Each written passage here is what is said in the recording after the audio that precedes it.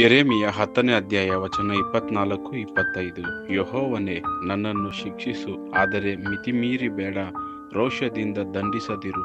ನಾನು ಕೇವಲ ಕ್ಷೀಣನಾದೆನು. ನಿನ್ನನ್ನು ಅರಿಯದ ಅನ್ಯ ಜನಾಂಗಗಳ ಮೇಲೆಯೂ ನಿನ್ನ ನಾಮವನ್ನು ಉಚ್ಚರಿಸದ ವಂಶಗಳ ಮೇಲೆಯೂ ನಿನ್ನ ರೌದ್ರವನ್ನು ಸುರಿದು ಬಿಡು. ಅವರು ಯಾಕೋಬ್ಯರನ್ನು ನುಂಗಿ, ಹೌದು, ಪೂರಾ ನುಂಗಿಬಿಟ್ಟು ಅವರ ವಾಸಸ್ಥಳವನ್ನು ಹಾಳು ಮಾಡಿದ್ದಾರಲ್ಲ. Jeremiah chapter 10 verse 24-25. Discipline me, Lord, but only in due measure, not in your anger, or you will reduce me to nothing. Pour out your wrath on the nations that do not acknowledge you, on the peoples who do not call on your name. For they have devoured Jacob, they have devoured him completely and destroyed his homeland.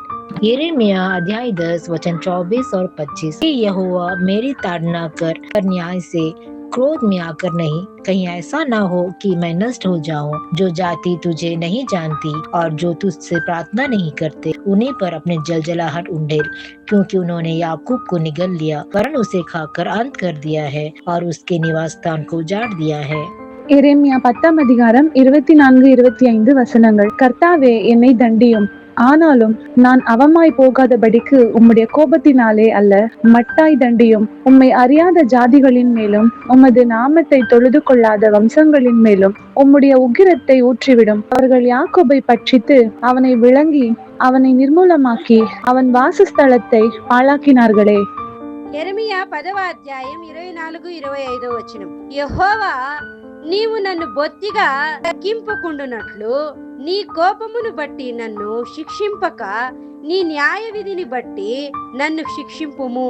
నిన్నెరుగని అన్యజనుల యొద్దను నీ నామమును బట్టి ప్రార్థింపని వంశముల మీదను నీ ఉగ్రతను కుమ్మరించుము. వారు యాకోబును మృంగివేయుచున్నారు, నిర్మూలము చేయవలెనని వారు అతన్ని మృంగివేయుచున్నారు, వాని నివాసములను పాడు చేయుచున్నారు.